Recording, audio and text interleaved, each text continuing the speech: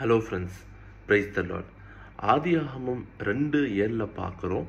தேவனாகிய கர்த்தர் மனுஷனை பூமியின் மண்ணிலே உருவாக்கி ஜீவ சுவாசத்தை அவன் நாசியிலே ஊதினார். மனிதன் ஜீவ ஆத்மா ஆனான்.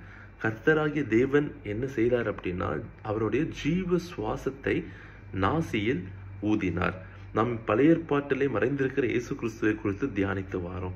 ஸோ இந்த வசனம் புதிய ஏற்பாட்டை நம்ம எங்கே பார்க்கலாம் அப்படின்னா, யோவான் 20:22 இயேசு கிறிஸ்துவானவர் சீஷர்கள் மேல் அவர்கள் மேல் ஊதி பரிசுத்த ஆவியை பெற்றுக்கொள்ளுங்கள். அங்க தேவ சுவாசம் ஊதப்பட்ட போது மனுஷன் ஜீவ ஆத்மாவானா. இங்க இயேசு கிறிஸ்துவானவர் ஜீவ ஆத்மா என்னங்கிறத விளக்குறாரு. அவர் ஊதும் போது முதலாவது மனுஷனுக்கு ஜீவ ஆத்மா உண்டாச்சு.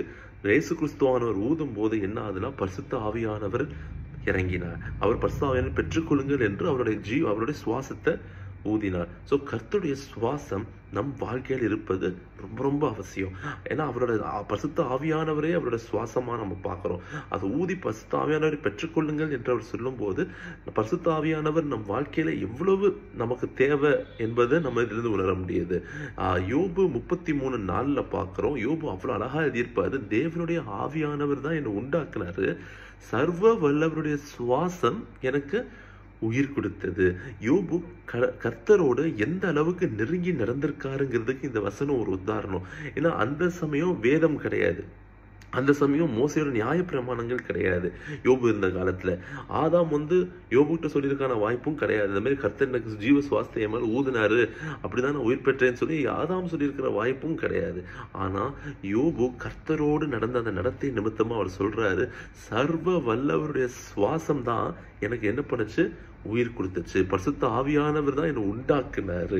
அவ்வளோ அழகா யோபு கர்த்தரோடு எவ்வளோ நெருங்கி நடந்திருக்காரு என்பது இந்த வசனம் ஒரு சாட்சி. நம்ம கேட்கலாம், சரிங்க இயேசு கிறிஸ்து அன்னைக்கு இருந்தாரு, அவர் ஊதினாரு, எல்லாருக்கும் அந்த பரிசுத்த ஆவியானவர் பெற்றுக்கொண்டாங்க. இன்னைக்கு நம்ம எப்படி அதை பெற்றுக்கொள்ளலாம்? இன்னைக்கு நம்ம அந்த மாதிரி அந்த அனுபவங்கள் எப்படி பெற்றுக்கொள்ளலாம் அப்படின்னா, 2 தீமோத்தி 3:16 போட்டிருக்கு, தேவ வாக்கியங்கள் எல்லாம் தேவ ஆவியினால் அருளப்பட்டது. அதே வசனம் ஆங்கிலத்துல NIV வெர்ஷன்ல all scripture is God breath, அதாவது தேவ வாக்கியம் எல்லாம் தெய்வ சுவாசத்தினால் என்ன பண்ணுச்சுன்னா உண்டாக்கப்பட்டுச்சு. All the scripture is God breath. So இன்னைக்கு நம்ம அந்த தேவ சுவாசம், அந்த கர்த்தர் ஊதின அந்த சுவாசம், அந்த நாசியில் சுவாசத்தை நாம் பெற்றுக்கொள்ள வேண்டும்னா வேத வசனத்துல அந்த சுவாசம் இருக்கு. நம்ம என்ன பண்ணணும், இந்த வேதத்தை தியானிச்சு இதை நேசிக்க ஆரம்பிக்கணும். அன்றைக்கு இயேசு கிறிஸ்துவானவர் ஒரு தூரம் தான் என்ன பண்ணாருன்னா, நாசியில் அந்த சுவாசத்தை ஊதினாரு, மற்ற சீஷர்களுக்கு பரிசுத்தாவியை பெற்றுக்கொள்ள. இன்றைக்கு நம்ம அனுதின வாழ்க்கையிலே கர்த்தருடைய வசனம் நம் கையில கொடுக்கப்பட்டிருக்கு.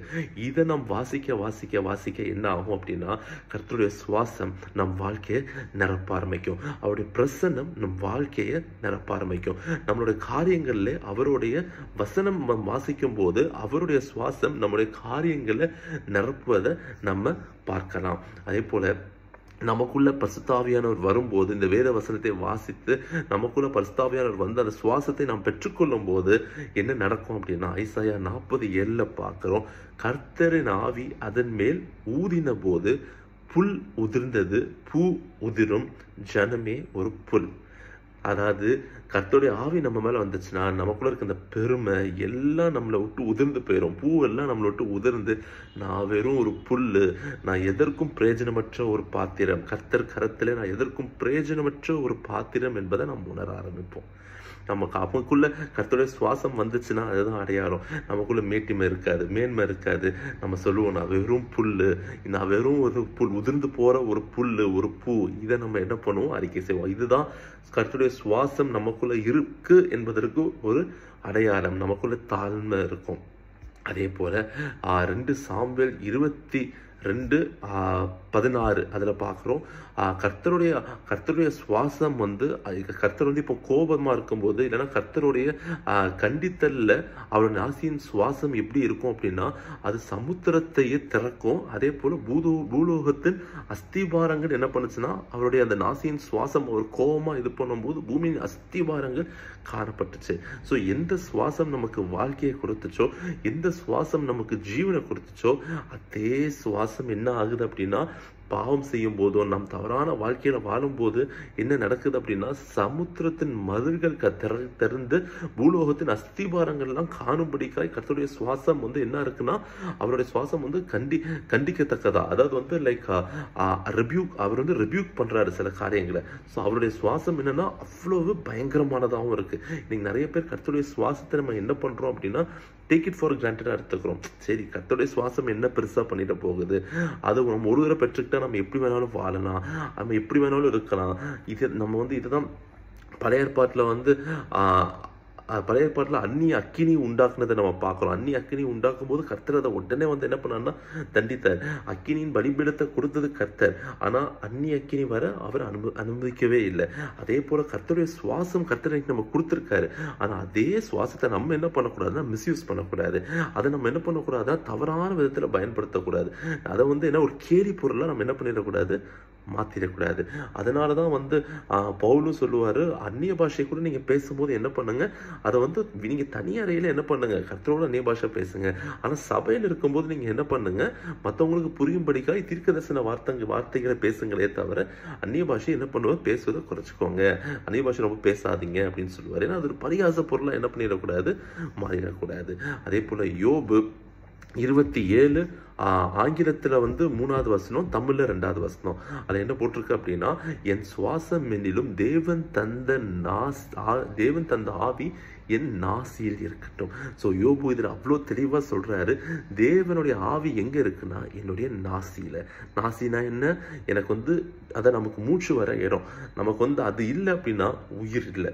நம்ம கர்த்தர் நம்ம வாழ்க்கையில் எப்படி இருக்கிறாரு நம்ம கேட்டோம் அப்படின்னா, என் நாசியின் சுவாசமாக இருக்கிறாரு. இந்த அவர் போயிட்டார்னா இந்த நாசியில் சுவாசம் போயிடுச்சு, என் ஜீவன் போயிடுச்சு. இதுதான் ஒரு தெய்வ பிள்ளையோட அனுபவமாக இருக்கணும். அவருக்கு அது அப்போ நம்ம எப்படி சொல்லணும், ஒவ்வொரு நாளும் நமக்கு இந்த சுவாசம் வேணும். ஏன்னா ஒரு நாள் நம்மளால மூச்சு விடாமல் இருக்க முடியாது, ஒரு நாள் நம்மளால மூச்சு அடக்கிட்டு இருக்க முடியாது, நம்ம மூச்சு அடக்கிட்டு இருக்க வாய்ப்பு கிடையாது. அப்படின்னா கர்த்தருடைய ஆவி நம்ம நாசியில சுவாசமா இருக்கு.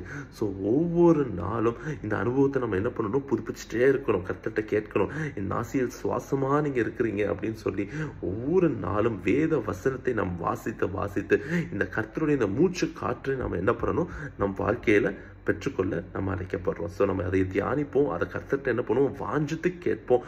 ஒவ்வொரு நாளும் நம்ம அதை கேட்கும் போது கர்த்தர் ஒவ்வொரு நாளும் என்ன பண்ணுவார்னா, நம்முடைய நாசியின் சுவாசமாகிய பரிசுத்த ஆவியானவரால், வசனத்தின் ஆவியால் நம்மளை நிரப்புவார். God bless you.